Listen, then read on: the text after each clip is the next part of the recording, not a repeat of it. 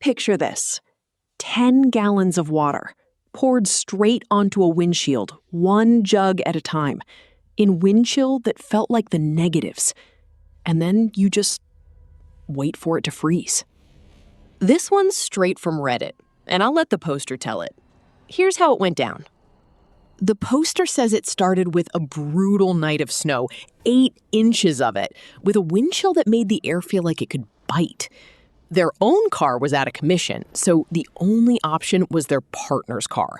And that car did not do well in weather like this.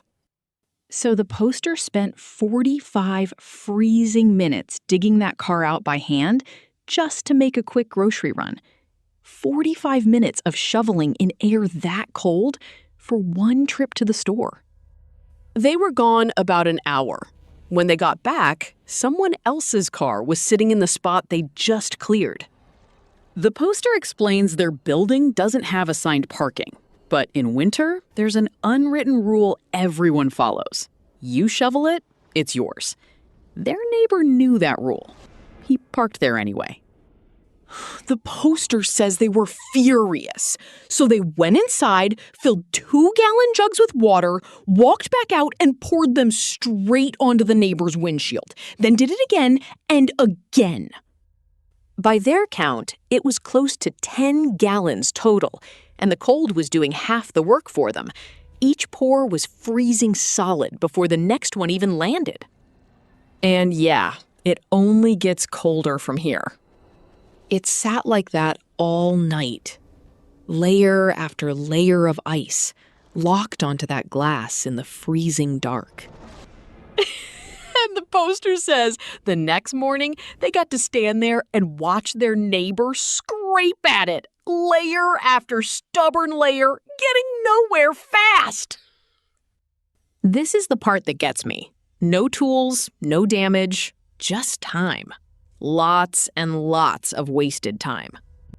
The poster's takeaway, in their own words, don't take somebody's shoveled spot. That's the whole lesson.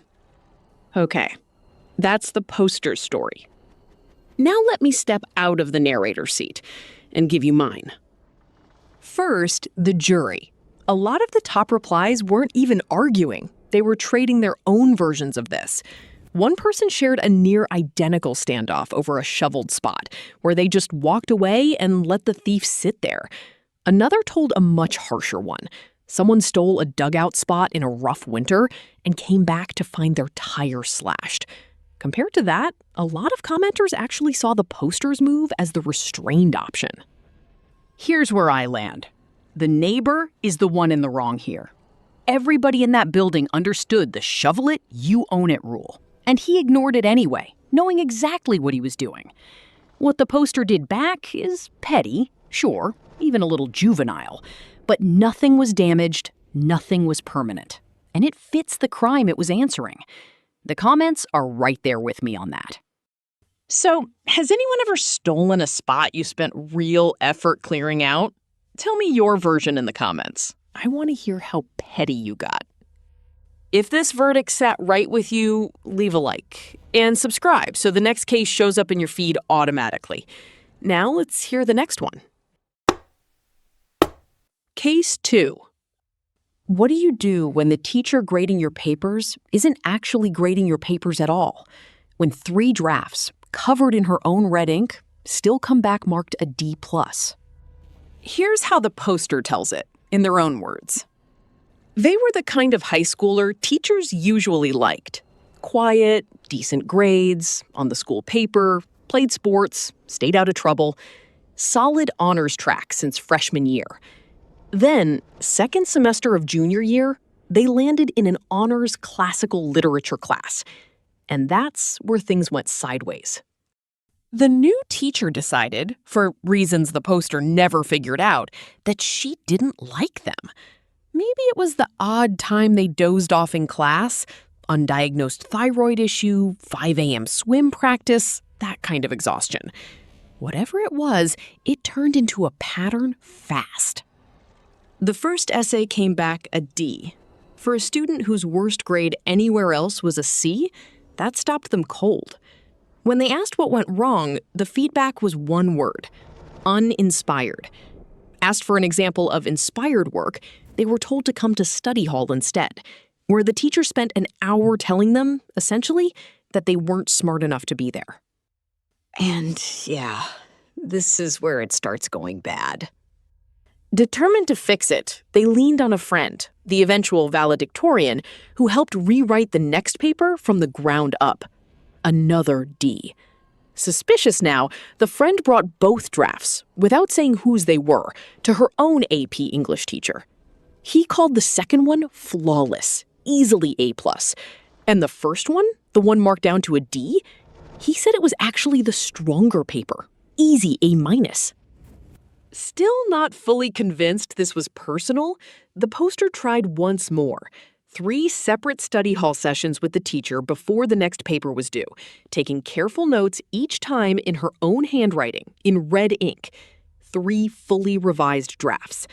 The grade that came back? A D+, handed over with a smirk and a comment about their improvement. That's the part that still gets me.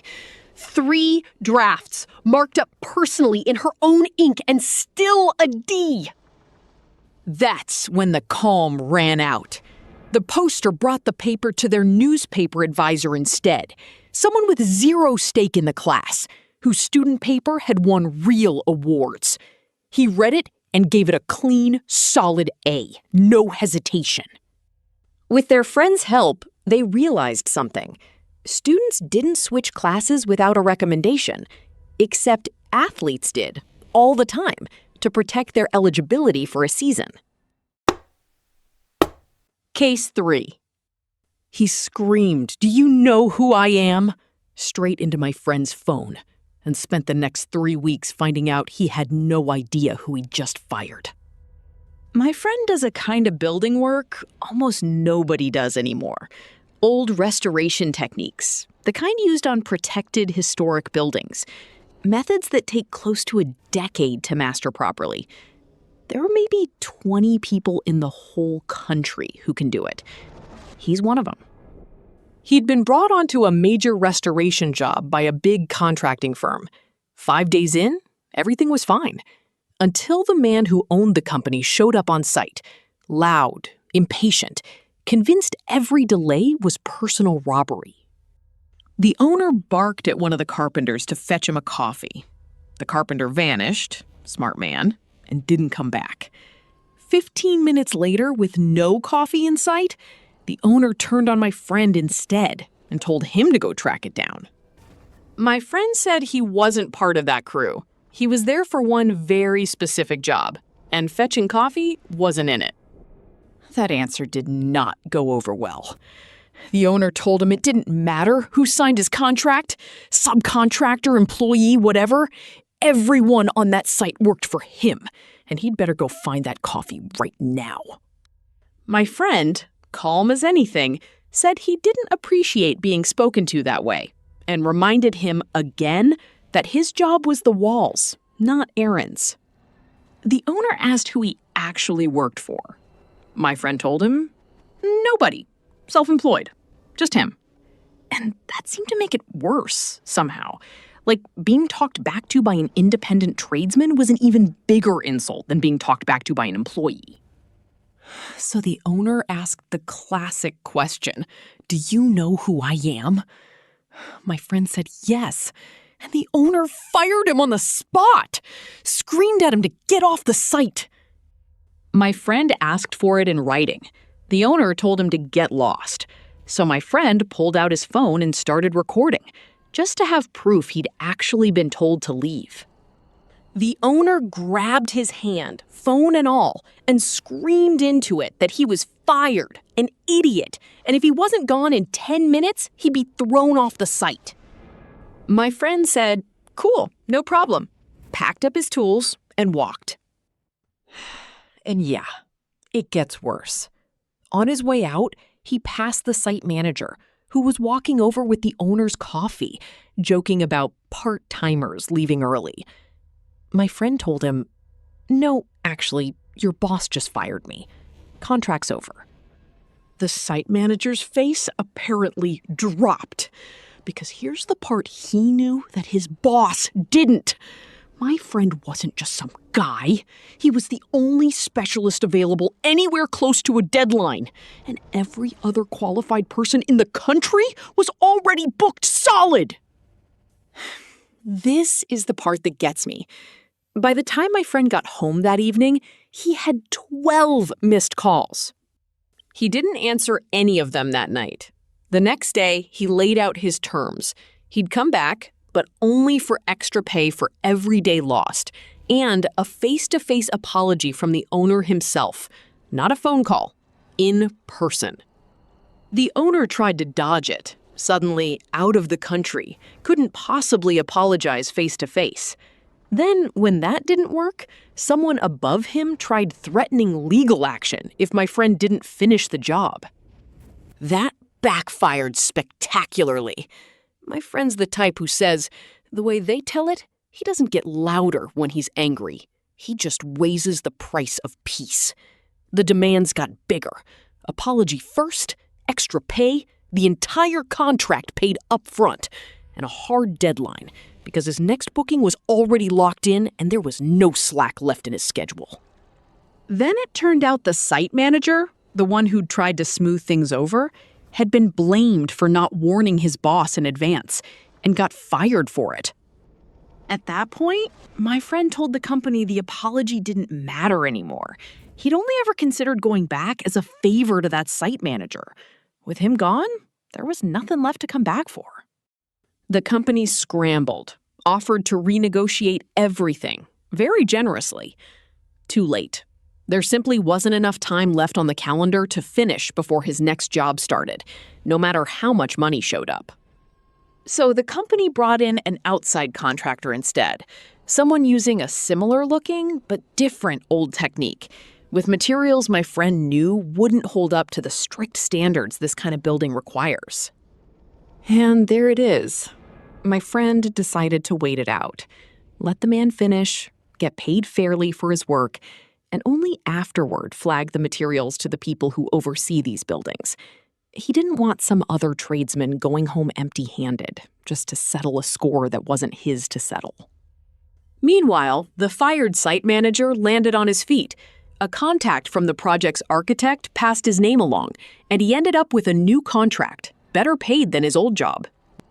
Okay, that's the poster story. Now, stepping out of the narrator's seat, here's where I land. First, let's see what the jury thought. The top comment called this the complete package.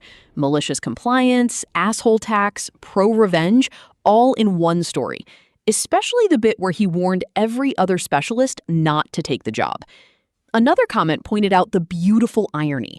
The owner spent the whole day complaining that delays were costing him a fortune, then personally manufactured the worst delay of the entire project. And more than one person joked that every day the owner stalled on the apology was basically free money in my friend's pocket. Here's my verdict. The owner is entirely at fault. No steel manning needed. He escalated a coffee request into firing the one irreplaceable person on his own job site, then tried to threaten his way out of the consequences instead of just apologizing like a normal adult. My friend, meanwhile, never asked for more than what was fair.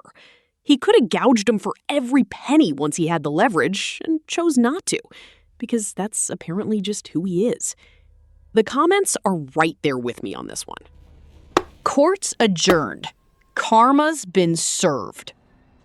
So, have you ever had your own "do you know who I am" moment where someone pulled rank on the wrong person? Tell me what happened in the comments.